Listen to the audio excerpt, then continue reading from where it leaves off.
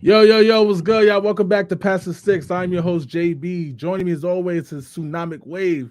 And we got a special guest this week, GamerLiveLook. What's going on, yo? What's Yo, going on? Go ahead, Sonamic. You're the normal. Take the nah, spiel. nah. I'm just saying my normal yo, man. How you doing? How you feeling? You the special guest. How you feeling, man? I'm feeling fantastic. I appreciate you, brothers, for bringing me in and you know allowing me the opportunity to speak with you guys on the lovely gaming podcast that you guys do, which I absolutely love, and I do my best not to miss it. It's just fun, and you guys, your personalities are both hilarious, and Jay, you're cool. Um, Wave, whenever you do show up, you're cool. So, Yeah. but I do appreciate what you guys do here, man, and it's a lot of love, a lot of love. Now, as always, man, welcome. But if you guys are tuning in and you're new to the show, we split this show into 4 parts. We start out what games we're currently playing. Then from there, we'll go on to This Week in Gaming, talk about some retro games that dropped throughout this week in history. Then from there, we'll touch upon some topics, industry news, and then we'll get into the spin wheel. One gotta go, game versus, all types of stuff like that. So we're gonna start with the guest of honor. I know we've been playing Battlefield 2042, but You can't pay me to play that. I'm gonna kick this one off with you. What's up? What games you been currently playing, bro? To be honest with you, I'm still stuck on my Call of Duty. Tomorrow is the season 3 reloaded, so they're gonna start dropping like crazy stuff for Rebirth Island and all that. So we'll get into that. But for the most part, is Call of Duty. Kind of got back on the Division on the off stream stuff. That's Division is one of my favorite franchises. So I'm kind of preparing myself and getting excited for the Division 3, which we should be hearing about soon. To be honest with you. Okay. What about you guys? What you guys got going on? What games you been playing, Wave? Uh, I ain't gonna lie. I've been on COD a lot recently. I want to ask you this, gamer. Do you mind if I just cut your name short? Go ahead, go ahead, go ahead. That's fine. That's fine. That's fine. Feel like I'm saying artist A whole formerly known phrase. as Prince. Exactly. I'll be a controller symbol next time. Nah, but lately I've been trying to like grind for the nuke skin, and you got to get Okay. like 30 resurgence wins before you even get an opportunity to do like a nuke. You ain't get it yet. So what you got? I haven't gotten it yet. So what you actually, it's 2 different ways you can get it. So it's either 5 consecutive wins in a row, and then it unlocks the contract for you to do the nuke. So then you could do the nuke run. Right. And in Rebirth, it's the same thing. The only difference is on Rebirth, you can actually cheese the contract. In Rebirth, when you get the new contract, there's contracts on the map that are called, like, you hack other contracts. So if you actually get that contract to hack contracts, you grab that contract first, then go to your it's called the Champions Quest contract. If you hack that, and if you do it right, you actually get the nuke rewards without ever getting the nuke. Hey, so if y'all go do that, just understand y'all didn't get that from us. Okay? I don't want to get banned. COD allows it. COD allows it. COD allows it. Believe it or not, they don't. They're not doing anything to fix any of the issues in the game. So that's on them. Well, y'all go check that out. I ain't doing it. I'm gonna be honest. Wave, if you ever want to get, if you're ever on COD, you let me know, man. You could jump in with me. We could have some fun. Sure. Bet. Yeah, that's. Did y'all play anything besides COD before I go, or just COD? Oh well, like I said, the Division. I've been doing that. Yeah. Well, yeah. Nah, I can't think of nothing. All right, yo. So I've been playing MLB The Show 24 Wave. I've been playing the Road to the Show mode. Did you get drafted yet? Two-way player. You know what I mean? Because obviously, I think that's due to this particular year that you can be a two-way player. Obviously, the Otani effect, right? Yeah, they put me on the Orioles, which is actually dope because obviously Baltimore had a good year last year, so obviously in game they're good. Wave, I feel you on the quick time buttons. You know what I mean? Yeah, I'm so used to using the right thumbstick. You line it up, hit the right trigger, you throw it. Now it's XXYBA. I'm like, yo, get the hell out of here, bro. They got you doing cheat codes out there, bro. It's insane. Yo. I was like, nah, man. I was like, yeah, that's type trash. But other than that, I played a little bit of actually Rainbow Six Siege. I went back and played that. I forgot they got remastered and stuff for the Series X and all that. So I went back and put that on. Still fun. I had a lot of fun with that game on the Xbox One era. Obviously the squad who has to play with don't play it no more per se, but I just played with some randoms on there. But it was still good, man. It was still good. And I guess right on time, Mac Williams, good. He said, Yep. Fighting games. The last game I played actually was MK1. I went back and played that. Some of the DLC fighters are out. They're still rolling them out. I played a little bit of that. But to answer his question, do y'all play fighting games? The last fighting game I played was actually Street Fighter 6, which I actually liked. I enjoyed that. Yep. I like not only obviously the fighting mechanisms, but I like the free roam fighting that you can run around next to a schoolgirl, and if she looks at you funny, you can just give it a pause real quick and call it a day. So it's pretty cool. It's pretty cool the way that they did that. Yeah, I play fighting games too. The last game, Tekken 8, I've been playing that crazy.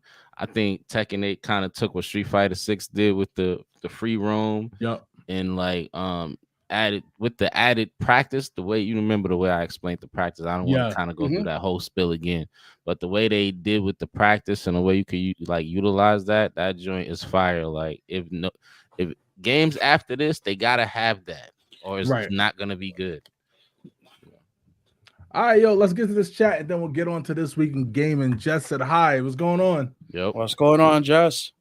Christian Castro said, hope everyone is doing well. Decided to take lunch early to make sure I didn't miss the stream. Appreciate that, bro. Appreciate that, Christian. Lunch. Make sure you get a bite to eat, though. Like he's probably on that overnight. You know how that overnight is. Absolutely. I was about to say, what time is it where you at? Lunchtime. Mo said, all the way from Japan. What's good, Mo? Matt Williams said breakfast. Today, right, literally. Like Byron Hurd said, what up, man? Yo. Football's well. Mo said just finished the Bluey game with the kids, started playing Steins Gate Zero visual novel after finishing the anime. Have y'all played that or watched it? I never heard of that. I never heard of it. I'm gonna put that on my list. I've heard of the anime. I haven't seen it though, but I didn't even know that there was a game, to be honest. Okay. Mo also said I've been playing the show 24, correcting me saying, okay, so it's been in it since 21. I haven't noticed it. Yeah, it's been for a minute. It's probably because at that time, Otani, once he came on the scene, you know what I mean, and took over, I think that's when it became more of a focus. I think the first year they forced you to be two-way, if I'm not mistaken. Oh, did they? Yeah, they always since he says since 2021, they make you always pick a secondary position for your two-way player. Always. You know why? I think usually because I always pick the outfield that they just assign me like one of the other outfield positions. Yeah. Right. Andrew Armstrong was good, man. He said, if dead or alive isn't an answer, y'all lying. Great jiggly wiggly. in my teen years, Dead or Alive was the go-to on a Saturday night when I had nothing to do. Bro, ain't they like the only fighting game that made a volleyball game? Yeah. Well, baby oil and wiggly jigglies. The overnight gang. More power to you, bro. Because the overnight gang. I feel you, man. I've done it. I hated it. Couldn't do it no more. Max said, I'm supposed to be at work. I am mad at you. I took the day off too. I feel you. Sometimes you just got to do it. Mo said it started as a game, then got adapted into an anime. Okay. All right, that's definitely a recommendation then. 10 out of 10 from what source, man? The 10 people that played the 10 games. That's what it is. 10 out of 10. All right, yo. Let's get into this week in gaming. We briefly look back on games that dropped throughout this week in history. And yeah, we're gonna kick this one off, man, with a classic. No negativity around this game. I don't want to hear nothing. We're talking about NBA Streets Volume 2. Now I'm gonna kick this one off with Wave, man. Wave, what's your thoughts on NBA Streets Volume 2, bro? Man, this is my favorite Streets of the franchise. I think it's a classic game. You know what I'm saying? I actually could still have fun playing this, even though graphically, I don't even want to get into graphics because of that's gonna make me say something negative. I want to stay positive with this game because it's just that good. I wish they would remaster it straight up. I'll say that about a few games, not a lot. There's a couple games that I wish they would remaster, and doing this podcast just make me realize with this whole cycle of remastering, there's some games that we need to revisit with a better view. Is that just because of the way it looks, or is that more the accessibility of being able to play it on the modern consoles? Both. Okay. Both. I think more of the accessibility part, because they don't. It's not really. You got to buy like an old console or get like the emulator or something like that to actually play. And they seem to do that with the classics. Only a few, like the older classics, that they let it be like accessible through the consoles. Right. But games like this, it's hard to play. So I mean, fine, especially if you want to like keep up with the Joneses when it comes to systems. Sure. So I think it's both. GamerLiveLook, what's your thoughts on NBA Streets Volume 2, bro? Phenomenal game. The whole Streets series was great. It was great, no matter which one you picked up, 1, 2, or 3. I wish that they would remake these games. I wish that they would remake FIFA Streets, NFL Streets, NBA Streets. Those games were different, just different style of basketball, almost like an and one type game. It gave you a different option to play instead of having to play NBA 2K or NBA Live. Right, now it's just 2K. So it's like if these games came out, people would have fun. Another game that I love playing, it was this style, but it wasn't so street ballish. I don't know if you guys remember NBA Showtime for Dreamcast. Yeah. That's another game that's phenomenal. If they remastered that would be the greatest thing ever, in my opinion. And it would give us as gamers not only the nostalgic feeling, but it'll also give us the opportunity to share what great games we had with future generations and stuff like that. That's a good point, because like this guy, I remember when I first repurchased this game, probably like 2012-ish. And I remember thinking like, is this game going to hold up? Because at that point, it's been like close to like 5-6 years since I even touched it, right? So when I popped the game in, I was like, I don't want to be disappointed. And I put this out. It's still fun. You know what I mean? Till this day, it's still fun.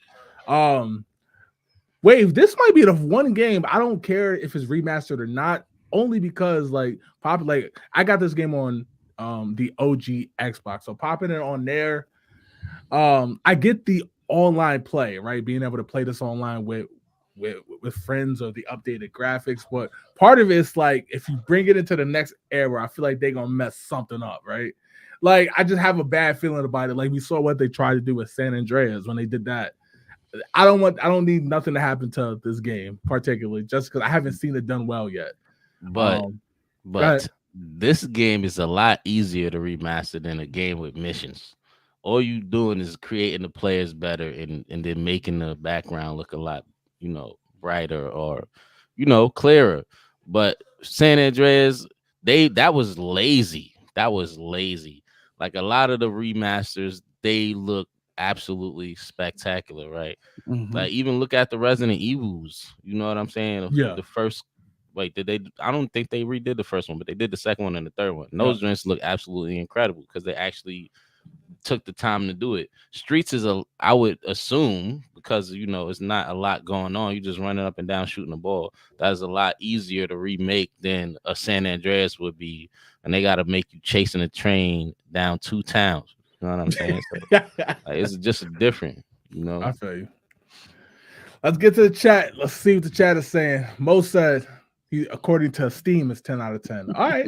Definitely got to check it out. That's a good source. Right. Still the 10 people who bought it. That's it.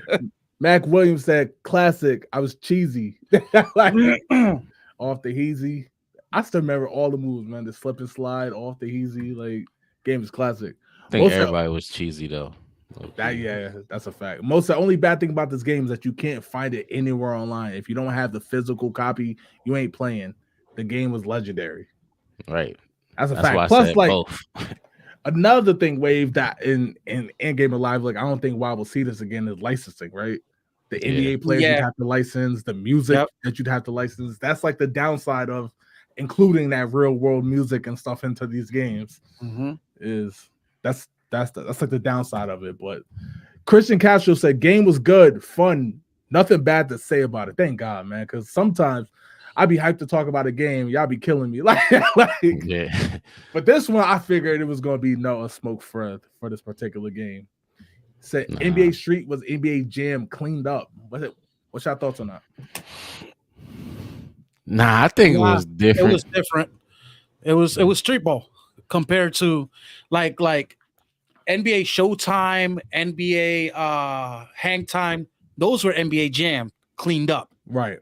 This was just completely different. This was street ball. This was what Allen Iverson was doing in the NBA. You were actually able to do it in a game, right? Compared to like those other type of games. This is way different. I feel this is more like the NFL. I mean, I guess the NFL Street, right? Like basically took street football and incorporated that into a video game. That's a great point. Most said this is the only time EA dropped an absolute gem. I'd say the closest, to be honest, is probably I'd say Live 05. It's close to a gem. I kind of agree with Mo here though. What's your thoughts on that part? Like I'm literally thinking of what EA dropped as far as sports games. I'm thinking of any game. I would say it's up there with MVP Baseball 05. That's yep. It's up there with MVP Baseball 05. Personally, 05 was just a good year for sports games. For sports games in general, yeah. It might be the best ever if you think about it. Because even ESPN 2K5, which of course dropped 2K5, yeah, even that was, you know what I mean, was amazing. But Live 05 was just out of here. Max said, I like NFL Streets more though. I'm seeing that more and more, and I wonder if it's because like this game was legendary. It was everywhere. The Streets game was both good, both 1 and 2. But I wonder like why I'm starting to see that sentiment more now, right? Like the NFL Street, like I think people long for it more, if that makes sense. I got a theory. The guy, I think it's because of like what you could actually do. Like this game is fun and cool. We could actually do these moves on the court though. You know what I'm saying? Right. Like people, even when you play street football, you playing it organized. You know what I'm saying? Like people ain't running off the walls and putting it between their legs and throwing it behind their back. Right. Like, that's not stuff that you actually do even when you playing street football. So just to be able to do some of the crazier stuff that you don't get to do is, it makes it more appealing. Makes it more appealing. That's the word. That's more than fair. Let's get to the rest of these chats. Byron said, I wish they remastered it, taking y'all sentiment, of course. Christian said, NFL Street was so good. John was good. What's up, bro? He said, we should run a Street Volume 2 tournament, man. I like to be inclusive. I ain't trying to embarrass y'all like that. Like, I am. Run it. What's up? Yeah, you getting the business there, bro. Yeah, I don't know about that one. Most said all you have to do is follow the damn train. Yeah, that's a fact. That mission not hard. Byron said Fight Night, MVP Baseball, and Live certain years were dope. Yeah, Fight Night is round 3. Fight Night. I forgot they did Fight. Fight Night is done. Fight Night. That's a good one. Yeah, that's a great point. That a great franchise was an absolute gem. Word. All right, let's jump to the next game, man. The next game we're talking about is what I call a forgotten Rockstar game, only because everybody remembers the ones that came after, and that is Red Dead Revolver, which dropped 2004, so 20 years ago on May 3rd. This one is interesting because obviously we know what Red Dead Redemption became, right? And this was this was like the OG. So I want to get y'all thoughts on this game because I know we talked about Red Dead Redemption 1 and 2 on here before, but we never actually talked about this particular game. I'll start with a wave on this. What's your thoughts on this one? I mean, I have never played this game. Like, oh, really? When it came out, they did a good job marketing it. I just wasn't interested in like just looking at it and doing the research on it. Like I probably wouldn't have even really gave this much time. Like this, I'm really not into games like this, and I ain't gonna talk like it came out 2004, so the graphics, Man, it's hard because some games graphically in 04 was dope. Yeah. Okay. This is kind of cheesy if I'm being real honest. It's kind of cheesy. Were you a fan of Red Dead Redemption 1 and 2? Yeah, I think they did a good job on those Okay. games. So a great step up from this.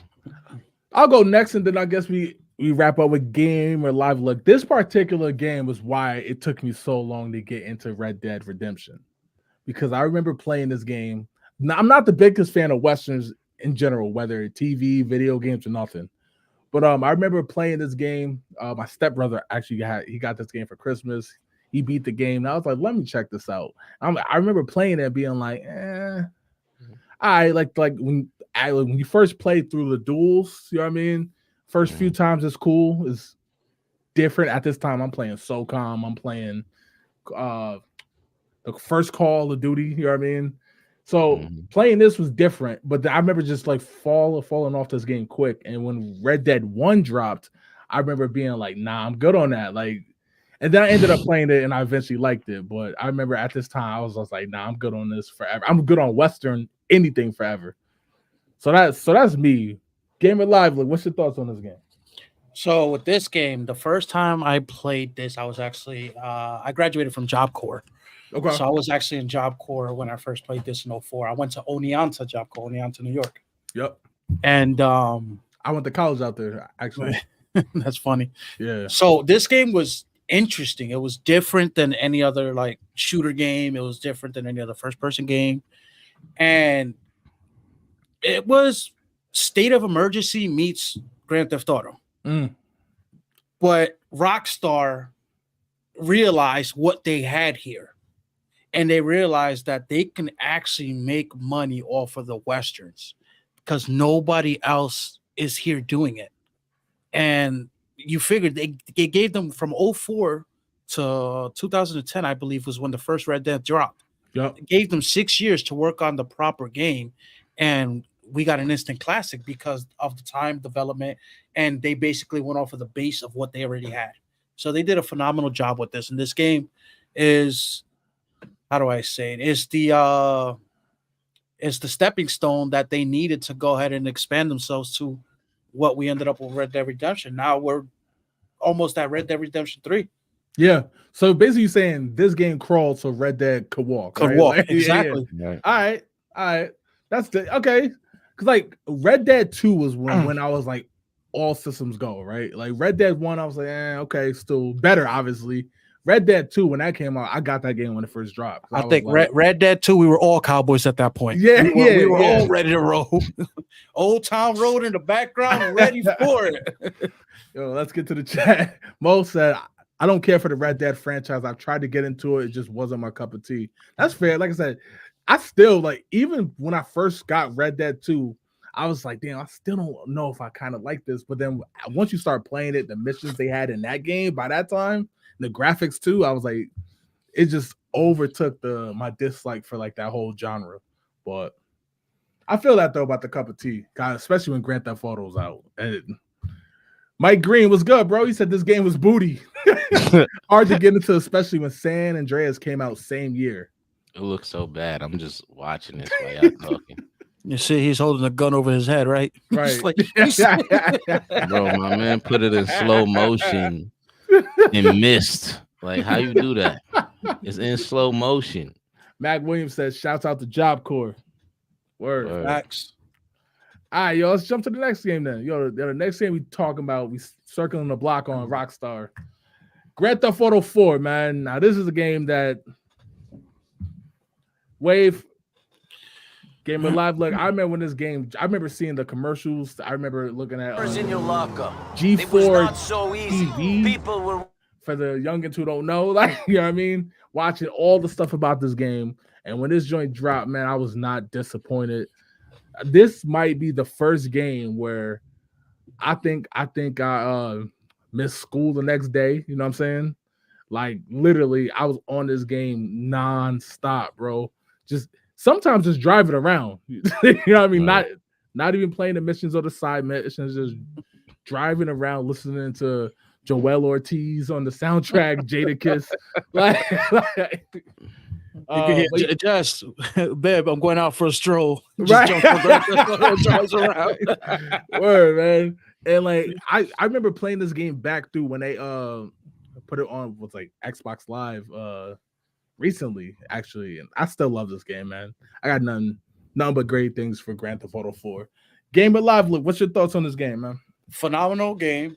Nico's the man. I don't care what nobody says. Nico's the man. He's that dude. No matter what he got, what like the whole storyline was great. The game mechanics. The only thing I disliked about this game, and I bet you guys are gonna agree with me on this, is the driving of the vehicle. The driving was the hardest thing in the world in this game. You couldn't control the cars. Like it was ridiculous. But outside of that, the game was great. A lot of great memories, man. Beating up prostitutes and doing everything. Just doing everything. Like it was just normal Grand Theft Auto stuff, but this one was just really, really well put together. Yeah, the driving part was wild though, because I remember like you had to hit the brake, you know what I mean, to try to hit the turn. Yeah, they tried to make it realistic, but it didn't quite hit because like obviously, like it don't compute. That's why like going back to what they did in GTA 5 is better. You know what I mean? Mm-hmm. But I feel that though. Wade, what's your thoughts on Grand Theft Auto 4, man? And Nico. I mean this was my favorite one until. I guess I could say GTA got progressively better as somebody who been playing since 1, so 4 was like my favorite GTA for a long time. I still might pick it over 5 some days, you know what I mean? Right. But yeah, I love this game, bro. From Jacob to the Brucey, my boy that was just pumping, doing sit-ups, my juice to the gills. Like I say, I really said it all. It's a great storyline about somebody coming from nothing, making something. It's GTA, man. It's not a lot we could say. We talk about GTA a lot, so yeah, man. Like this was one of the games that I mean, they did a little bit of stuff in Vice City, and they did some stuff, especially with the Scarface theme, right? They did some stuff in San Andreas, of course, the whole West Coast theme. But this was the one where I feel like they just started putting everything in the game. You know what I mean? Like the social media. You saw Cat Williams with the stand-up at the comedy club. They was just like jam-packing these games, and then seeing what they went from this and obviously 5 to what we know and think is gonna be with 6. You could tell this is when they just ballooned the budget, started just putting everything and anything in the game, man. Together, yep. Yeah.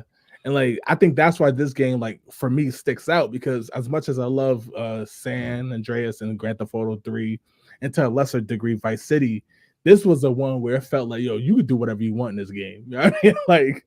Like, and again, that driving mechanic, you can see from the way the car leaned when he turned and stuff. Like that just bring back memories of first learning how to drive in this damn game. Like, but all right, let's get to the chat, man. Let's see. Byron said Red Dead 1 and 2 had one of the best endings and storyline. Then the Red Dead Nightmares Zombie Edition was live. Oh, I ain't played that Zombie Edition. I saw it though. Yeah, I definitely saw it. Didn't actually play it.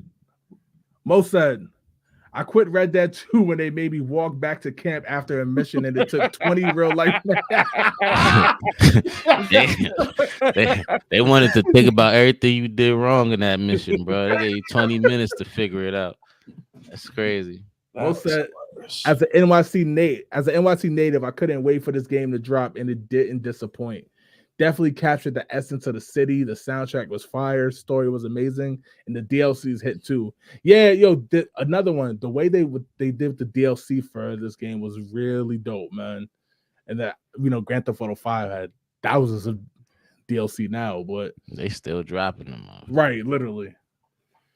Christian said, mechanics weren't all that for me on 4, but the game was fun. Agreed about the driving. Police chases were ass once you got some speed. Yeah, it was over. What I find interesting about this is if you look at the timeline too, this came out in 2008, yet we got 5 in 13. Literally 13, 5 years later. And now we're 32 years into Grand Theft Auto 5. Word. So I just find that blows my mind. Right. And like the leap from this to 5 is still a big jump. You know, big jump, yeah. Well, and they're working at that time working with a new console. So it's like that's the why. I mean, technically not right because it came out on the 360 technically, but yeah, you could tell they was ready to make that PS3 and the jump. 360, but they were already working on the next generations. It's just crazy. Most said couldn't drive in the game because it's New York City. Take the subway, bro. The subway only stopped at 2 stops. Yo, that's one thing I did like about this game. Though that was kind of funny. The taxi cab missions. I know it didn't originate in this game, but the taxi cab missions in this game is funny as hell too. That's actually how I learned how to drive in this game. So my man was trying to park right there and just smacked into somebody. And then Nico when he was trying to date that chick and he took her to the bowling alley and everything. Now this game is classic, man. Mike said, "Can't wait till 6 drop. The whole franchise is goated." Agreed on the franchise. 6, man. I don't know who knows when 6 is gonna drop, y'all. Like, I might be president when 6 drops. Byron said, "Let's see. I think I'm the only gamer in the world that never fell in love with the GTA series. I know a few who only play sports games or they only play like true shooting games, stuff like that, who never got into Grand Theft Auto. But yeah, I mean, game 5 sold what, like 100 and something million. So I mean, yeah. I would ask what you don't like about it. That would be my question. What you don't like about it, about the franchise as a whole, like just the chaos. That's a good question. Yeah, let us know. I don't like the lawlessness. All right, I'm one that believes in the rules. It's funny though, because I do know some people who buy these games religiously, but they never actually complete them. You know what I'm saying? They'll start playing them, and then they'll just turn to running around, shoot them up, breaking the law. They never actually complete the full game. I'm probably that person. Okay. I mean, I beat them, but I don't 100% the games. I know people like the 100% GTAs. I'm not doing that. Once I get the main story out the way, I got millions of dollars by that time. I'm going crazy. That's a good point. That's a good point. It's GTA. I want to try to get as many stars as possible. That's been my mission for 3, 4, 5. The stars is where it's at. I don't care about the story. Show me jets chasing me. Show me tanks chasing me. Then I'm satisfied. Nah, they'd be let me see the outfit boys on the side of the truck shooting at me. Then we good. Those dudes be the bravest. They not even in the car. They just standing on the side outside of that like motherfucker, shooting at you with a pistol. Like, bro, I know y'all see me with bazookas and shit. Like, they don't care. We in it. That is hilarious. Let's see. All right, yo, let's jump into the next game, man. The last game we talking about, not too big on this particular game, but it did create the format for how the series would go. Mario Kart Wii. And what I mean by that is, as you both know, of course, if you like Mario Kart 8, this is when a lot of it took place with he would transform the cart to go in water, transform the cart to with the hang glider to fly. And at first, I wasn't feeling it. I was traditional, just get the cart, the items, and rock it out, right? But by the time 8 dropped, I gave in to that, right? So going back and playing Mario Kart Wii now, which I did a few times, I feel better about it than I initially did. At first, I'm like, why you got hang gliders? Why is he going underwater and stuff like that? But now that obviously I know what I know, this is actually a pretty damn good game. Obviously, with the wheel that you have for the Wii, that added a whole new thing to it. Wade, what's your thoughts on Mario Kart Wii, man? First, I want to say I wasn't rich, so I didn't have the wheel. I used the controller like normal people. But nah, I love this game, man. I don't think Mario Kart ever missed. I don't like the original so much because it was hard for me to steer.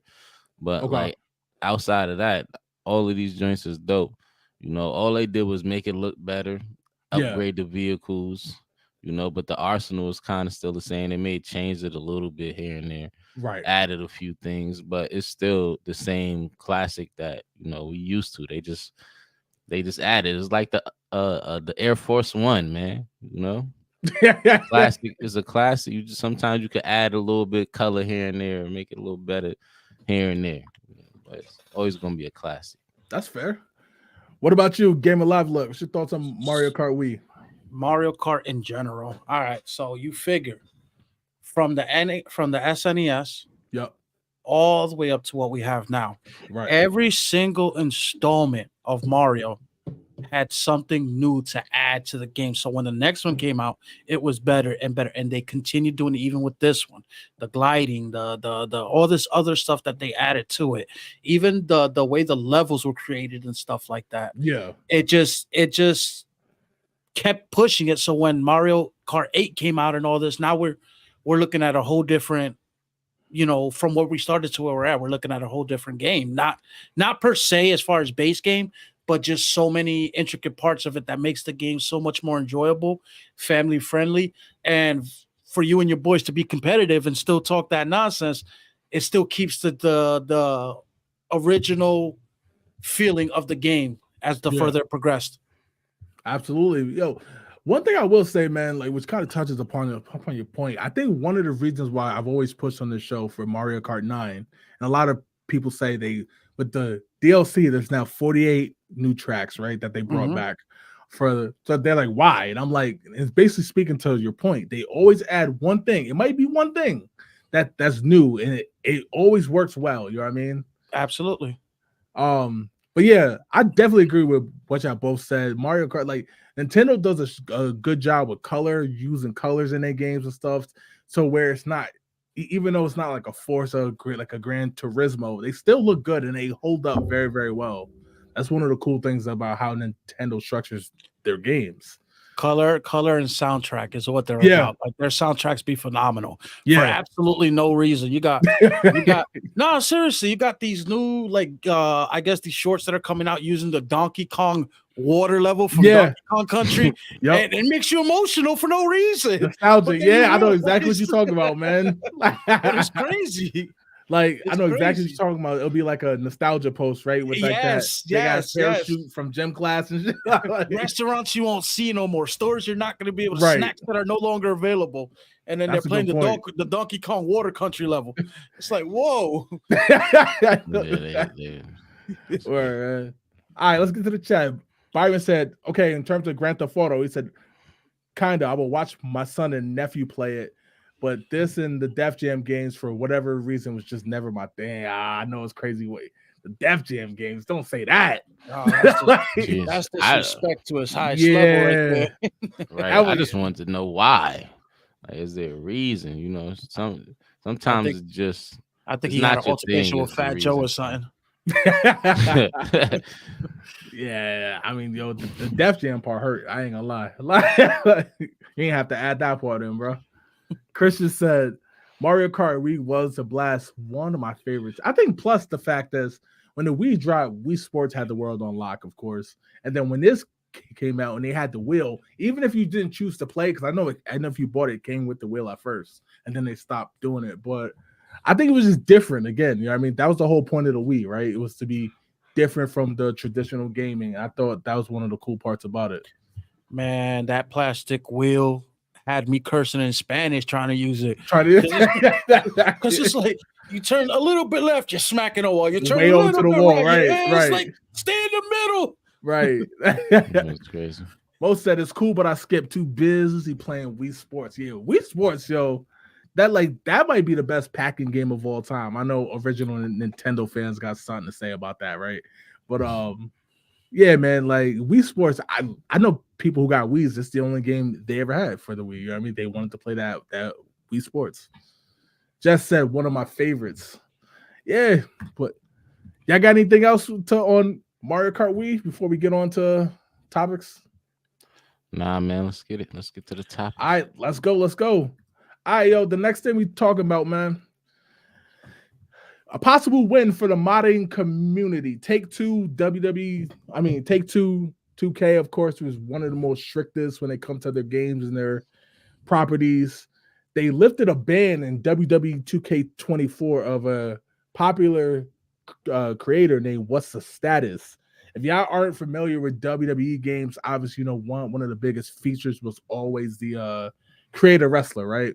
And ever since, I forgot the exact game, but ever since they started being able to create your wrestler, upload it, so that way you go to your boy's house or whatever, you could just go download your character and fight. That opened up a network of people who create wrestlers retro that aren't in the game, but they became so skilled and so good at it, Wave. You know what I'm saying? That like they can make, they'll be like, yo, I made Pass the Sticks, the whole crew Pass the Sticks, and you go download it, like, damn, that's better than what I would have did. You know what I mean? But now they're creating like, oh, here's what The Rock had on SmackDown last week. Here's what here's what Kane had on in 1997. You know what I'm saying? Mm-hmm. So you guys see Jericho's moat? Yeah, they just added that to the game. Boom. Right. It's crazy now what they're doing with these modded communities. Like they're so good. With 2K23, right? Yeah, with 2K23, I was bored, so I decided to go to the, see what was available and stuff like that. How I had a whole 30-man Royal Rumble with everybody from Marvel. Like literally just the Avengers, everybody and their mother from Marvel was there. And I was like, all right, go for it. And it's so fun. They're even making like AEW stuff and like WCW stuff. It's the craziest thing how good this modding community is for WWE 2K. Yeah, man. And one of the ways that some do it, I guess not all. I know what's the status. What he would do is a lot of times they would data dump the game, right? They would go in, find lost files or lost things that were. Perfect example, Wave. He talked about how Brock Lesnar was purposely left out of playable in this year's game. Well, they went in and found the pieces to Brock Lesnar, created them, uploaded them, put them back in the game. 2K kept taking it down. And then I think that opened up a floodgates. Was like, all right, so we're going to start banning the creators who are data dumping the game. Problem is, with what's the status, I know people that buy these games, and the first thing they do is see what he uploads, right? Like, for example, like this is how The Rock looked when he first came back, and what's the status already had him in the game. You see what I'm saying? Yeah. And like 2K was like, because take 2K, they could be very stringent with shit. They're like, nah, you know what? We're no more. So that they banned them. But the community outreach, people threatened to not buy the game. They threatened to boycott the game, said we'll never buy another one. And 2K, they had to go back on their word. It was like, yo, if this is what y'all like about the game, they said they worked out a deal. What's the status said? I'm sure it has something to be like, yo, you can't just be data dumping the game like that. But they brought him back and they told him he could do his thing for future games. What's your thoughts on that, y'all? Like, that's kind of wild to see a company known for being very strict with their stuff walking back and kind of allowing a creator to basically continue to mod their game. Go ahead, gamer. So with this specific situation, I'm behind 2K on it, on lifting the ban. And the reason being is because he's not cheating. He's not doing anything to expose the game. He's doing what they're not doing. Yes. He's making a better game. And he's making more people interested in buying the game because of what he's able to produce for us as consumers. That's not what they're doing. They're just taking the money and keeping it pushing, throw a little DLC here, a little DLC there. That's it. This man is creating a whole universe of different things you could do within the game, especially when you play like general manager mode and stuff like that. You can have 1,000,001 different promotions going because of the work he's putting into the game. Right. What he's doing to the game. Not what 2K is doing. What he's doing to the game. And I don't see nothing wrong with what he's doing. He's not giving away money. He's not cheating the game. He's not spoofing anything. He's literally finding everything in the game that you guys already put in the game to kind of create these wrestlers. It's not like he's hacking into your database. So me personally, I think what he's doing is great. And I wish that other communities that have these creations, like the creator whatever, they would allow other creators to do this, especially if they're bringing more value to the game than they are not to the game. That's right. That's a great point, because everything we're seeing in this video right now is stuff that he has done. This one creator, and a lot of people say he's the best, but like he said, he's not the only. You know what I mean? So the fact that the base roster of the game is impressive within itself, But what he does is he'll add attire, he'll add brand new wrestlers, like GamerLiveLook said, like from other companies, or maybe they don't rock with WWE no more. So you can still put them back in the game. That's the cool thing about it. And it doesn't harm anyone. He also makes arenas. So for example, he made an arena that looks just like the No Mercy arena from the N64 days. That was dope. So like I found out about his band in real time because I went to go look because somebody said he put an arena up from WCW Revenge. So I was like, oh, I went to go look and I was like, yo, what happened to him? Go on Twitter, he's banned. So I was like, damn, they finally got him, right? And then like when I saw he came back, I was like, yo, that's pretty dope, man. How like they banded together. Like I found out about this dude, even though he's been doing it for a while with WWE 2K22. By the time 23 and 24 rolled around, day one, I get the game. I'm looking to see what he made because I'm downloading it. You know what I mean? I'm just downloading all his stuff, kind of set up the game first, and then I'll start playing GM mode and stuff like that. Because it's dope, man. And the fact that they banned him, I get it technically to some degree because he was taking some stuff that was supposed to be blocked. He's violating in terms of service technically, if you read it. But like GamerLiveLook said, he ain't hurting nobody, man. Like he ain't doing nothing detrimental to the game. That was the cool part about it. Wade, what's your thoughts on this? I mean, I think it just shows how powerful the community is, man. If you really think about it, like we hold the power, and I don't think we flex that enough. And this just showed the possibilities if we do that. You feel me? When everybody join together and saying, "Hey, we ain't going to support if you don't let this guy come in." And even with all of those agreements and license agreements, he ain't a part of that. He ain't signed no deal. Right. He just using the game in the process that they gave him to create whoever he could think of in his head. And I don't think there's nothing wrong with that. And even allowing other people to use that, I don't think there's nothing wrong with that because he ain't signed no contracts.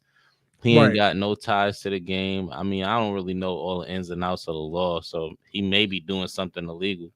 But he ain't hurting nobody. So I agree with Gamer on that one wholeheartedly. You know, and like if that's the case, then just hire him. Then, like you know what I mean, he can make the game better. That's gonna be my next point. I hope that deal was giving him the bag or some type of sponsorship or something. I doubt it, of course, but like you know what I mean. But at the same time, it's just one of those things where I was like, bro, clearly he's making the game better.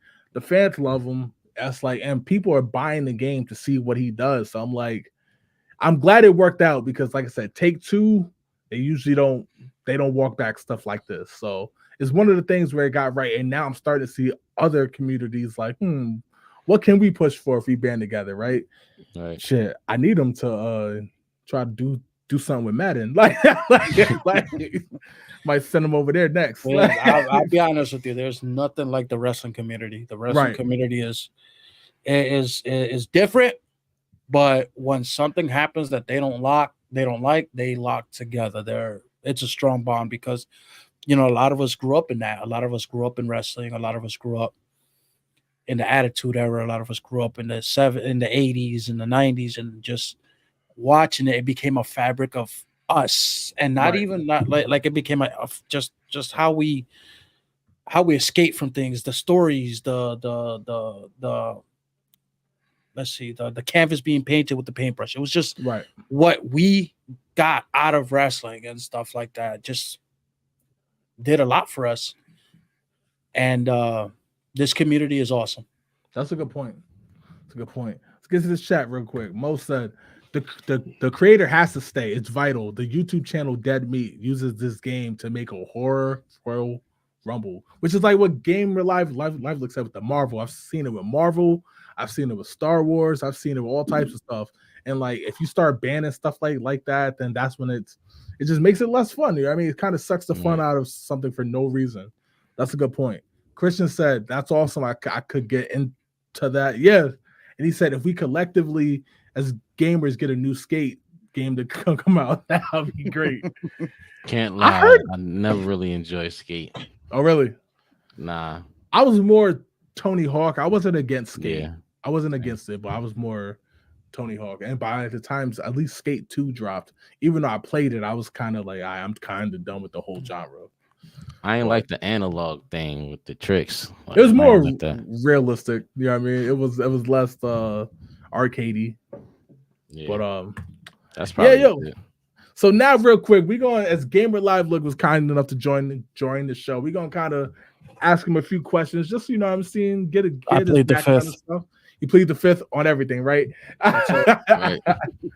All right, 1, 2, 3, 4, fifth. Anything you say, fifth. F-I-F, fifth. Yo, so my first question is just, man, how'd you get your start in gaming? Let's start there. Streaming or in gaming in general? General. Okay. Atari 2600. Okay. Atari 2600. Pac-Man. Space Invaders. The E.T. game. Disappointment. Yeah. But one of the most games that I remember, one of the best games I remember fondly as a child, and till this day, it just brings a joy to my face when I see it, is actually Alex Kidd for the Master System. I think it's Alex Kidd, Miracle Land or Wonderland or something like that.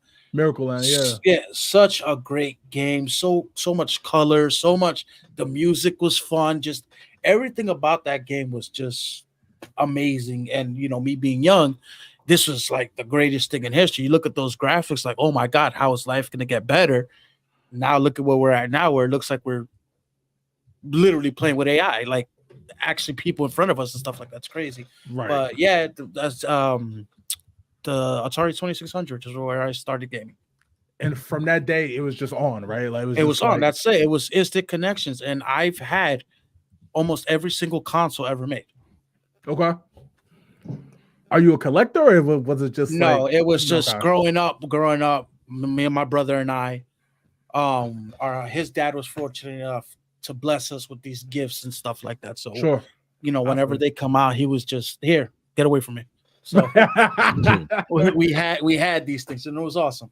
Yeah, man, that's what's up. Wait, you got a question? You want to keep going? Nah, keep going with your question. All right, cool. Man. My next question I got for you, bro, is how'd you get into streaming? So on the other side, obviously you got playing, but now broadcasting and a community.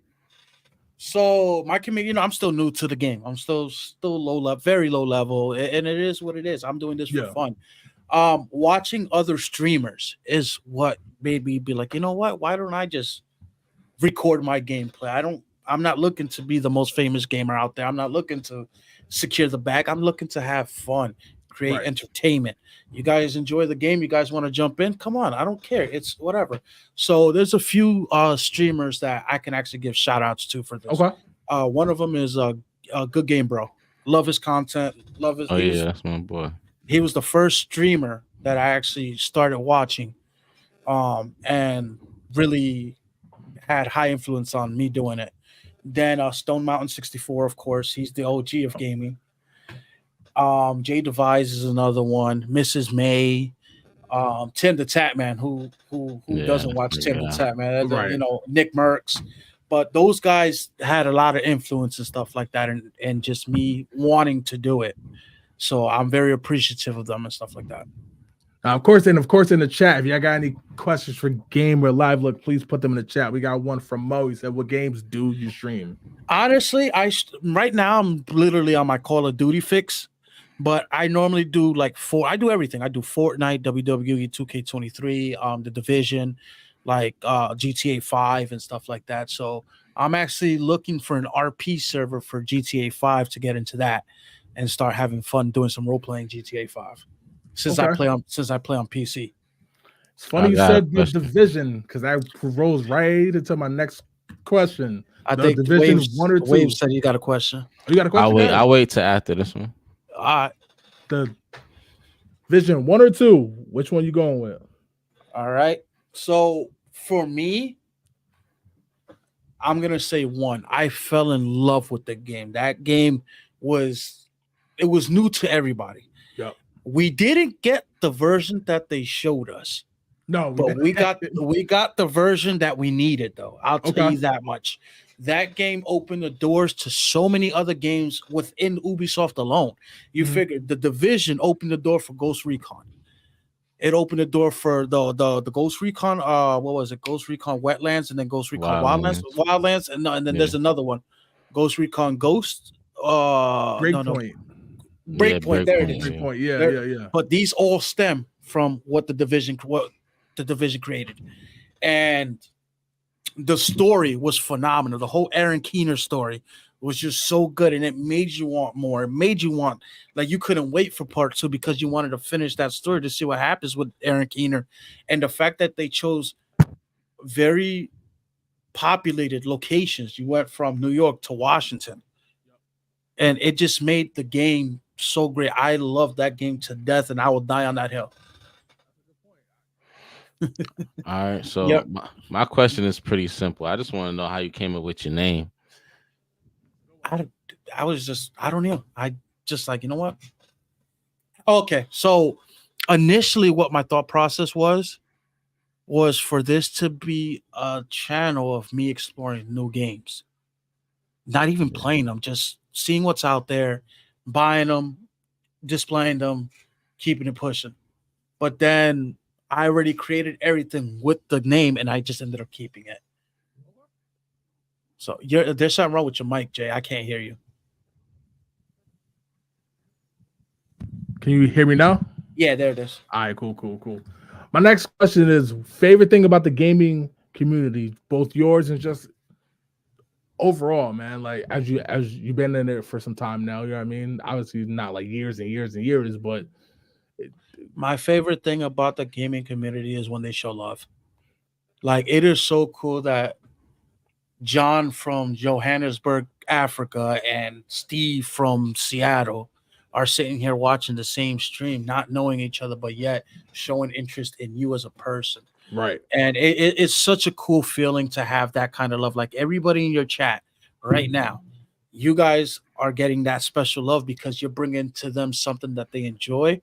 That is the most beautiful thing in the world to me. You bring people together. At the end of the day, you just bring people together.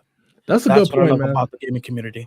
That's a good point, man. Because I ain't gonna lie, when we first started this wave, we come from the era of the toxic chats, right? Like I was nervous at first. I was like, people gonna start saying all types of stuff. Like, I'm thinking like the Call of Duty chats, the Gears of War chats, stuff like that. But nah, it's been like, I definitely got to attest to what you said, bro. It's been real cool, man. Like, just meeting people and seeing like, okay, I thought this game right here was the best game ever. This person don't like it, but it's interesting as to why he doesn't. You know what I mean? There's valid points everywhere. That's one of the coolest points of it.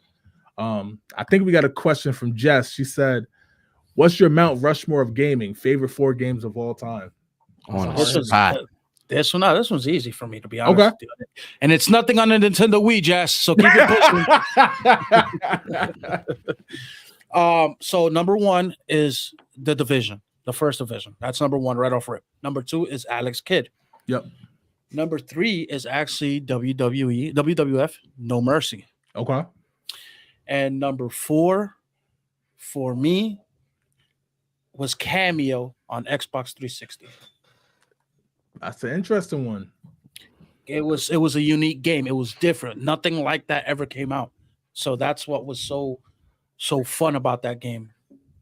That's a good point, because like that's how, I mean, like I said, I'm very biased towards this game. I'm about to say, but that's how I felt about Psychonauts on the original Xbox. Like, nothing like it. You know what I mean? So like, it always holds like a special place for me, because just playing it. And even when Psychonauts 2 came out, we was doing the show wave like when that game dropped, and I was hype on that because I was like, bro, it's just different. Like, it's so much like that. Fable's another one. You know what I mean? Just games that are different.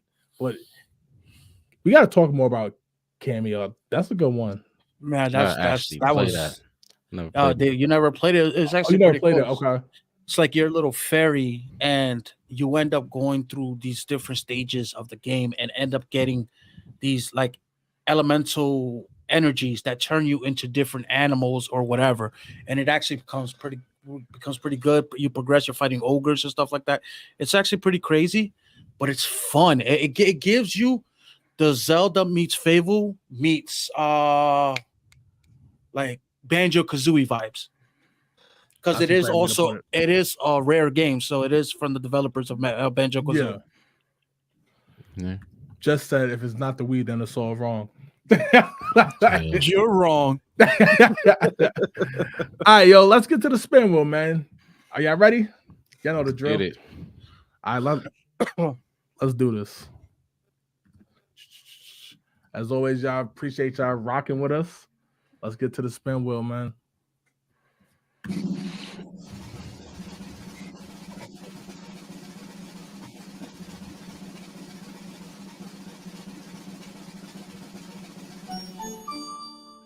What's the best arcade fighting game? Who want to go first? This hands down Street Fighter. Everybody knows this. Which one? The Street Fighter 2. Street Fighter 2 is the greatest arcade fighting game of all time. Everybody knows this. I can't agree with that. What you got, Wave? Then you don't count. They definitely top. They up there. I'm not gonna act like it's not. Street Fighter 2 Turbo is one of my favorite fighting games of all time. But I would have to say Marvel vs. Capcom 2, bro. How is it not that? Street Fighter's Championship Edition was just different. How is it not Marvel vs. Capcom? Take your pick, whichever one, except for 3 or Infinite. 1 or 2. You had to put restrictions on it. Terms and conditions do apply. Not 3, not Infinite. 1 or 2. It was either one of those is fine for me. Well, bro, you could choose. Well, not none of the Street Fighter characters, but all of the. Well, yeah, Ryu and Ken. What the hell am I talking about, bro? It got the Street Fighter characters. It got everybody on that motherfucker, and it's a dope game. The way you put it together, the moves. Let me paint you a picture, and I bet you you're gonna really think about it. Let me paint you a picture. When you were young and you used to go to arcades, what were you looking at? Marvel vs. Capcom 2. Stop your storytelling. You know you were looking at these Street Fighter coin machines. Everybody surrounded them for tournaments and stuff like that. Those were where it was at right there. That's where it was at. When that was happening, I was a little bit too young. Okay, see, yeah. How old are you again, Wave? If you don't mind me asking. I'll tell you after the show.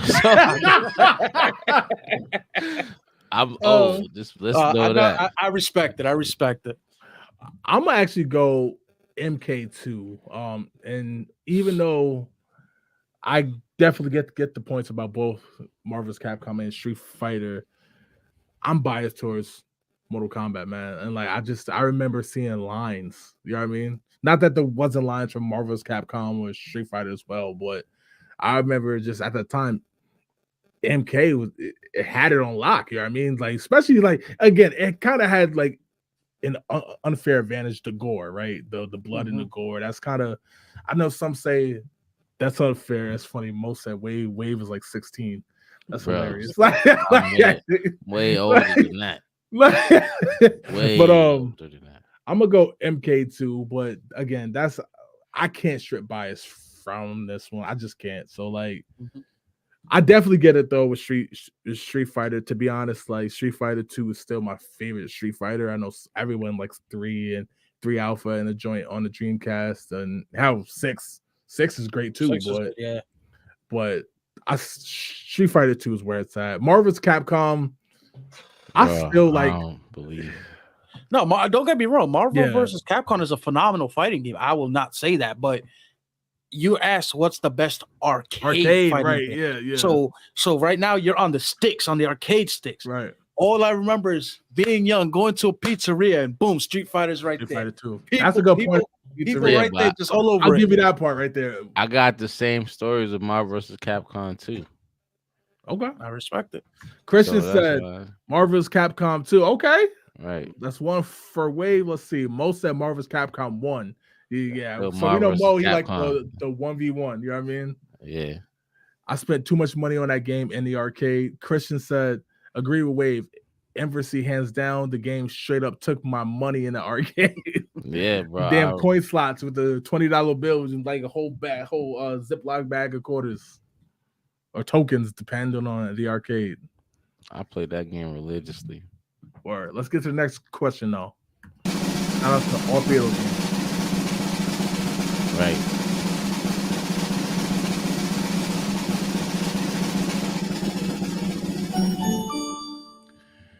You're a game developer working on a horror game. You're given the choice to collaborate with Jordan Peele, Sam Raimi, or Guillermo del Toro. Who do you choose? I don't know none of these motherfuckers. I don't know Jordan none of these. Peele from Yeah, I know Get Out, Jordan Peele, Us. but I don't know the other two dudes. Sam Raimi. Okay, Guillermo del Toro. He does a lot of. I believe he's a part. I believe he's a part of the whole the Slaughterhouse Group, which is Quentin Tarantino, Yep. Ivan Rodriguez, Paul. What is it? Paul? No, not Paul Rodriguez.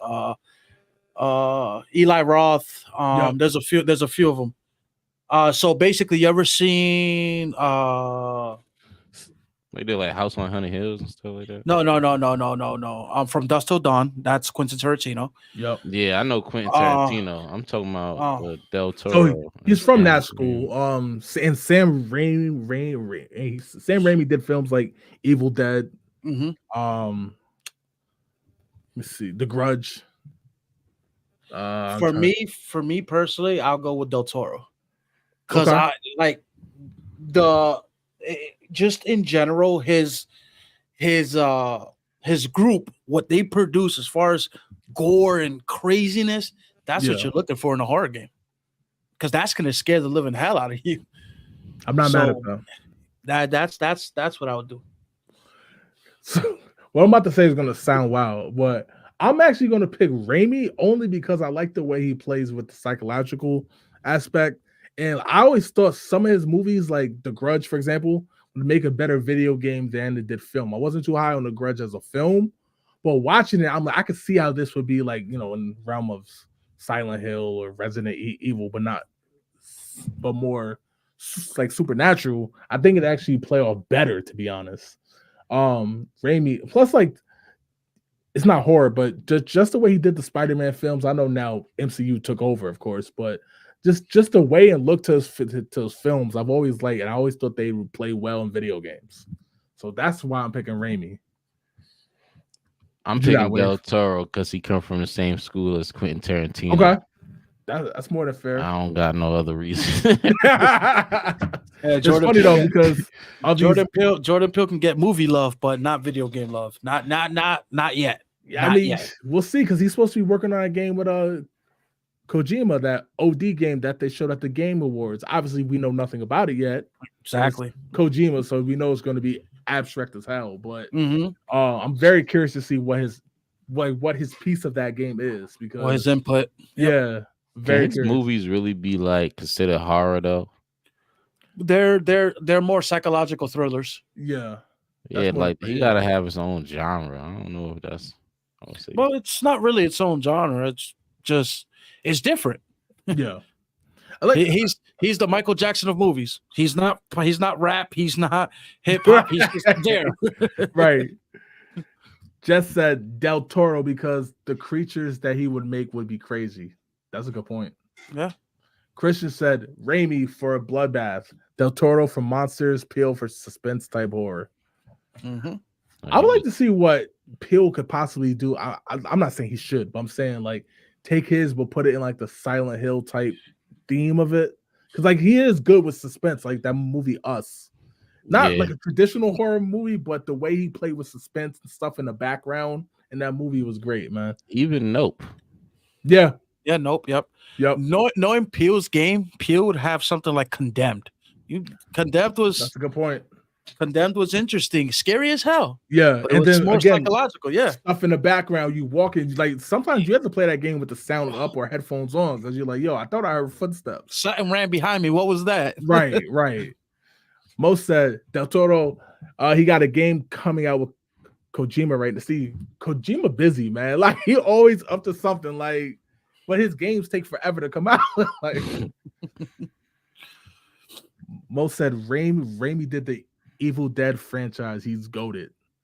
Yeah, now he definitely Raimi also did well, it's not horror, but he also did what was the last Doctor Strange? What's it called?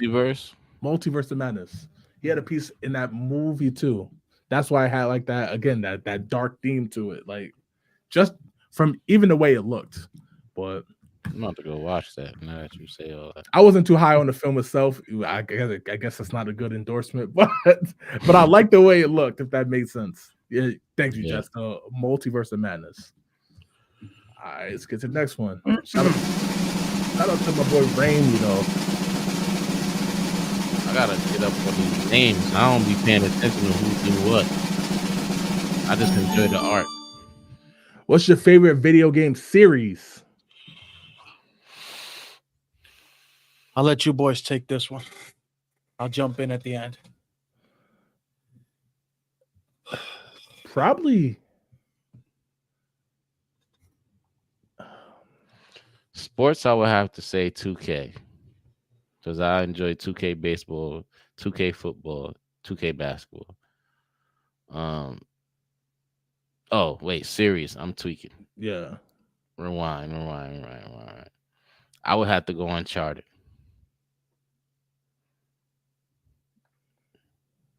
I would have to go Uncharted. Shit, I might have to go Mortal Kombat only because I've never played one I didn't like. Even like it's hard. It's too because there's different genres, man. Yeah, but I think the difference is I think the reason why I personally say MK is like they could say, yo, we got some MK game you never even like, you know what I mean? Like some new stuff. I'm probably checking it out just off default. Like so many games, especially now that I'll look into, I try to do research into, but soon as I saw the opening thing for MK1, I was like, I'm buying it. I don't care if it's on Game Pass or not, right?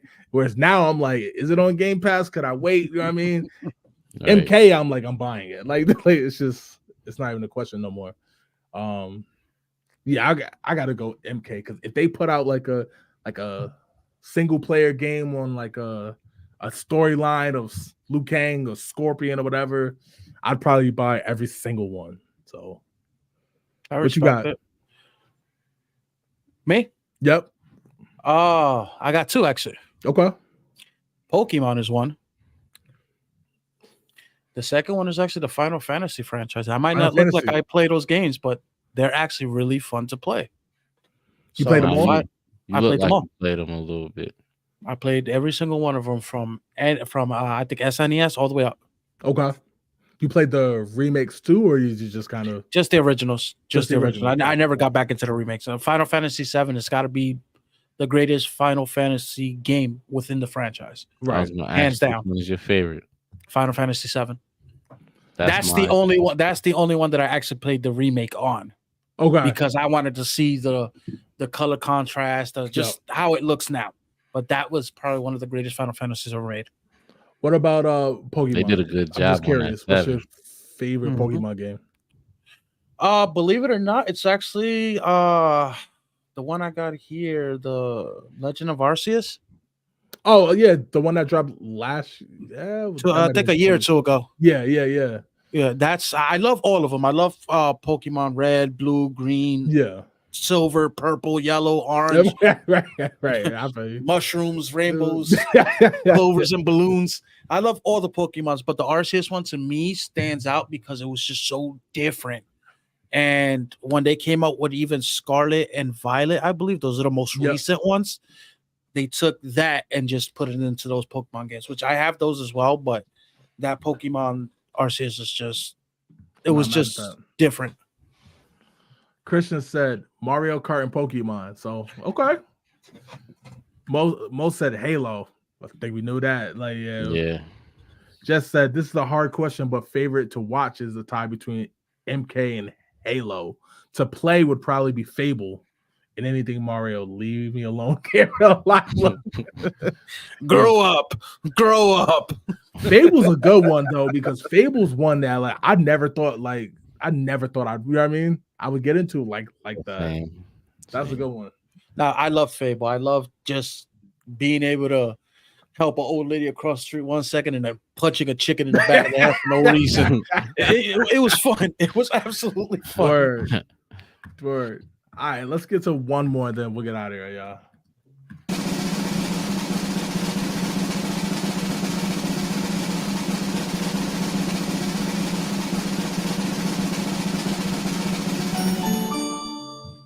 Final Fantasy, Dragon Quest, Persona, or Fire Emblem. One gotta go.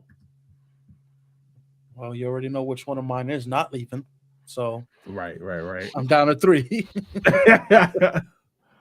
Damn, I played the Persona games recently too. So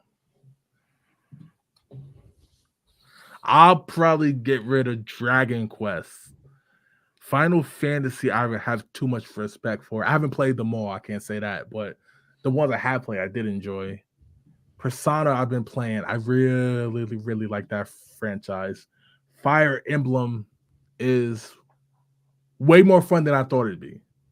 Dragon Quest, I have played, but nah, I'm probably the least attached to it. That's why I gotta say Dragon Quest.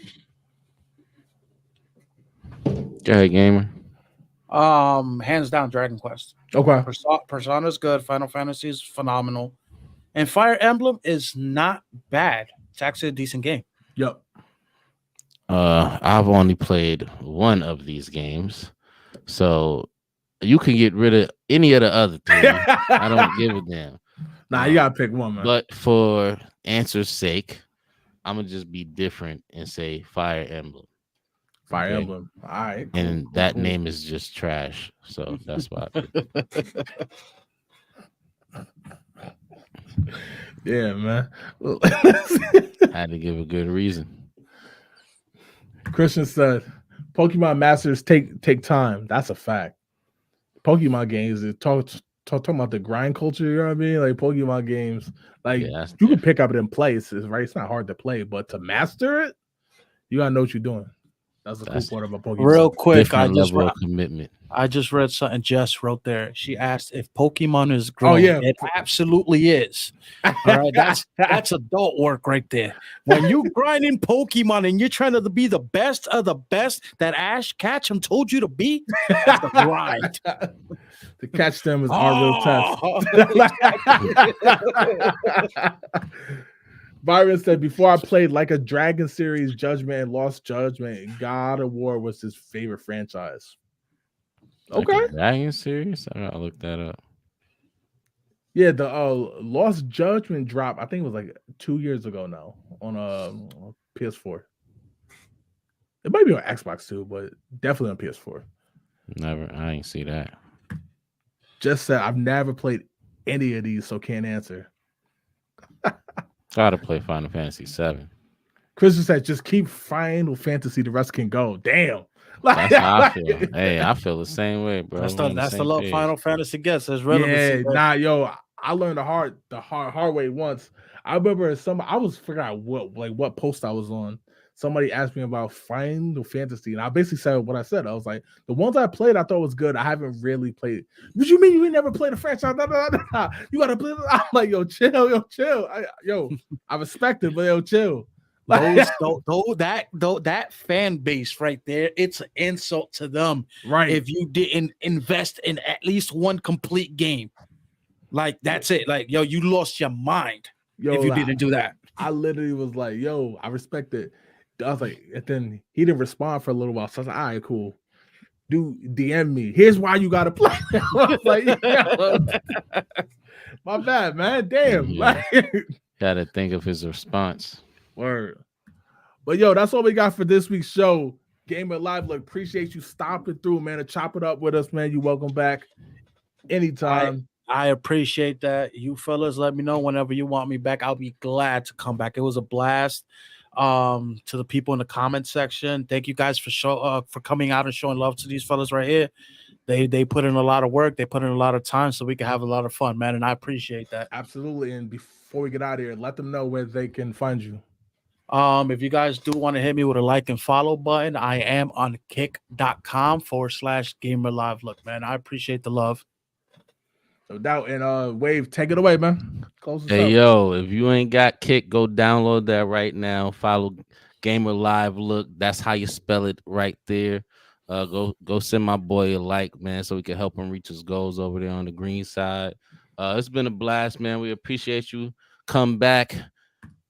We appreciate the likers, the lurkers, the followers. the sharers, anybody that showed any type of love. We appreciate you. You guys have a good night. See you on Tuesday. Peace.